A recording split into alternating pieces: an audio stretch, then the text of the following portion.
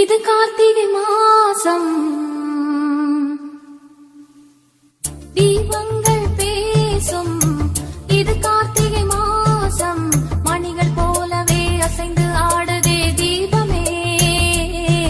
அது காலங்காலமாய் காதல் கவிதைகள் பாடுமே.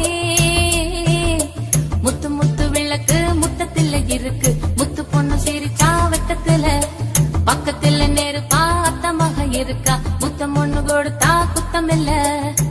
தீபங்கள் பேசும். இது கார்த்திகை மாசம் மணிகள் போலவே அசைந்து ஆடுதே தீபமே.